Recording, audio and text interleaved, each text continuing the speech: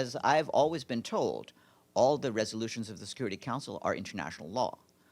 So, so to that extent, they are as binding as international law is.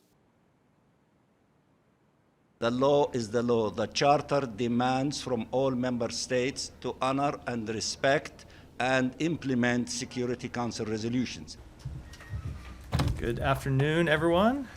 We didn't veto because we thought the language in it was consistent with something that the language as it relates to the ceasefire and release of hostage was consistent with the longstanding United States position. So I think that separate and apart from this resolution, we have active ongoing negotiations to try to achieve what this resolution calls for, which is the an immediate ceasefire and the release of hostages. I don't know. I can't say that this resolution is going to have any impact on those negotiations. But those negotiations are ongoing. They've been ongoing over the weekend, and they've made progress. So to play on an old adage, show me who you want released in a hostage deal, and I'll show you who you are. I mean, if one can imagine people calling for the release of Rosary West, and if one can imagine calling for the release of the Yorkshire Ripper, and one can imagine calling for the release of Jack the Ripper, or in American terms, if one can imagine calling for the release of Ted Bundy and Jeffrey Dahmer and some of the most notorious murderers in the world,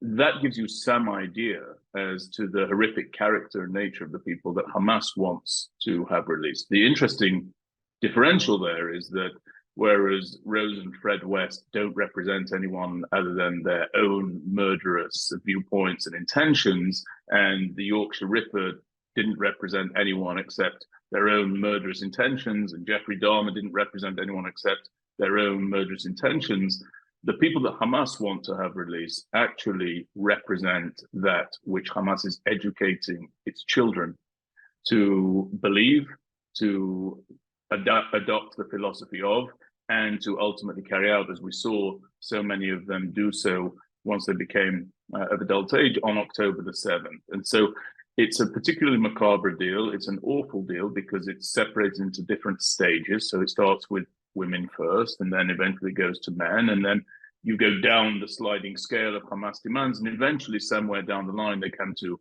the release of body parts of people who have been killed. So this is an awful, awful situation. In terms of my personal ideas about it, I think that we must do everything that we possibly can in order to bring our hostages home. They have been languishing there for far too long, 171 days already, since being abducted during the most brutal and murderous rampage against the Jewish people since the Holocaust.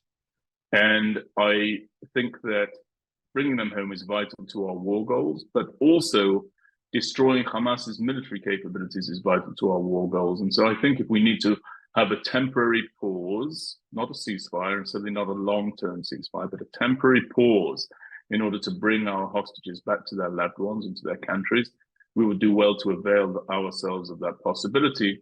But then we must also ratchet up the war machine and move forward to crush, destroy, and eliminate Hamas's military capabilities. It's vital that we do that. And even as there's much talk in the international media and in various international fora about the need for Prime Minister Netanyahu to step aside at this time, Chuck Schumer, the leader of the Senate Majority Leader over there in the United States of America, also the highest ranking Jewish elected representative in the United States of America at this time, calling for elections right now from the Senate floor, from the well of the Senate floor.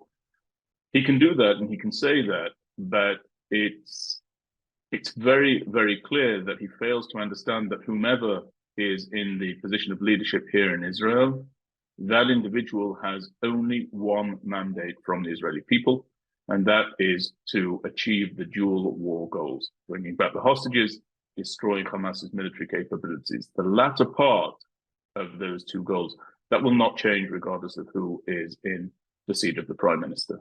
The Security Council demands that the terrorist group immediately and unequivocally cease all hostilities and all abuses of human rights and violations of international humanitarian law and disarm and demobilize. The Security Council demands the immediate and unconditional release of all those abducted who remain in captivity. The Security Council recognizes that some of such acts may amount to crimes against humanity. Well, colleagues, I did not draft this text. You know who did? This Council. This is the resolution adopted by the Council 10 years ago when Boko Haram kidnapped the schoolgirls in Nigeria. So I ask you again, why can this Council call on Boko Haram to lay down their arms, but the same cannot be demanded of the murderous Hamas terrorists? Is the life of little baby Kfir Bibas worth less than the life of Nigerian child? Sadly, it's for the same reason why you can condemn terror attacks in Russia and Iran, but not in Israel. To this Council, Israeli blood is cheap.